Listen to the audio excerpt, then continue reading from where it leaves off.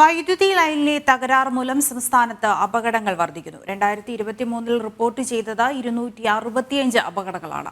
കഴിഞ്ഞ 5 വർഷത്തിനിടയിലെ ഏറ്റവും വലിയ നിരക്കാണിത്.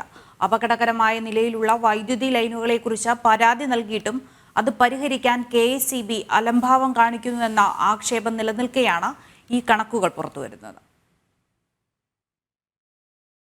കഴിഞ്ഞ 2 മാസത്തിനിടെ 4 വൈദ്യുതി അപകട മരണങ്ങളാണ് സംസ്ഥാനത്തുണ്ടായത്.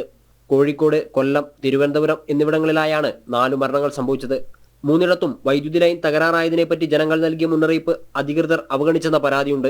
2019 മുതൽ 2023 വരെ സംസ്ഥാനത്ത് 1138 വൈദ്യുതി അപകടങ്ങൾ റിപ്പോർട്ട് ചെയ്തു.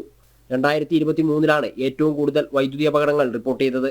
14 മരണം ഉൾപ്പെടെ 265 അപകടങ്ങൾ കഴിഞ്ഞ വർഷം സംഭവിച്ചു. 2022 100 അപകടങ്ങളാണ് കഴിഞ്ഞ വർഷം കൂടുതൽ സംഭവിച്ചത്. വൈദ്യുതിയുമായി ബന്ധപ്പെട്ട് അപകട സാധ്യതയുണ്ടെന്നറിഞ്ഞാൽ ഉടൻ പരിഹാരമുണ്ടാക്കണമെന്നാണ് കേന്ദ്ര വൈദ്യുതി അതോറിറ്റിയുടെ മാർഗനിർദ്ദേശം. ഇത് പാലിക്കുന്നുണ്ടെന്ന് ഉറപ്പാക്കാൻ ഒരു സേഫ്റ്റി കമ്മീഷണറുടെ നേതൃത്വത്തിൽ ടീമുമുണ്ട്. എന്നിട്ടും പരാതികൾ നൽകി ദിവസങ്ങളോളം കാത്തുനിൽക്കേണ്ട സാഹചര്യമാണ് പലയിടത്തുമുള്ളത്. ജനം, കോഴിക്കോട്.